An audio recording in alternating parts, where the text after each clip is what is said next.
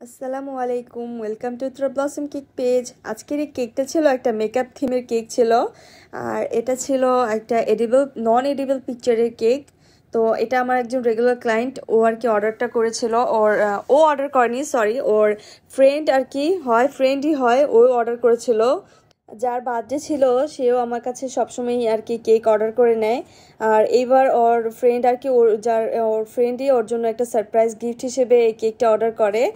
আর কেকটা যখন অর্ডার করে তো আপু বলছিল যে ওকে নাকি রাতে 12টা বাজে সারপ্রাইজটা দিতে।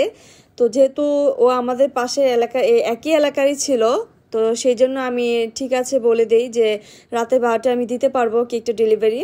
তো পরবর্তীতে আমি কেকটা রেডি করা শুরু করে দেই।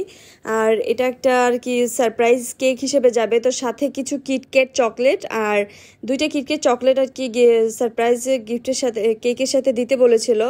তো পরবর্তীতে আমি যেই কালারটা করেছিলাম কেকের বেজের, তো কেকের কালারটা ছিল একটু বাঙ্গি কালার টাইপের। আর উপরে যেহেতু মেকআপ থিমের কিছু নন এডিবল পিকচার আর কি লাগাবো আর কি। আর সাথে কিছু বাটারফ্লাই থাকবে আর একটু পার্ল বল থাকবে সুগারের।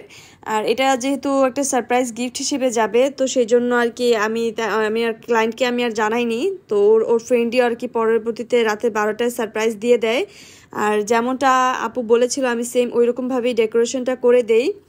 এটা ছিল একটা 1 পাউন্ডের হাইট কেক আর কি, ভ্যানিলা ফ্লেভারের ছিল। আর কেকটা রেডি করে আমি রাতে 12টা বাজে ঠিক টাইম মতোই আর কি ডেলিভারিটা দিতে পেরেছিলাম। আর যারা আমাদের পেজে এরকম থিম কেক অর্ডার করতে চান তারা অবশ্যই আমাকে ইনবক্স করবেন। আর এই হচ্ছে সেই কেকটা, প্রায় অলমোস্ট রেডি করা শেষ, এখন শুধু পার্ল বল অ্যাড করে দিচ্ছিলাম। আর কেকটা দেখতে কেমন হয়েছে সবাই অবশ্যই কমেন্ট করে জানাবেন। Thanks for watching for this video. Thank you.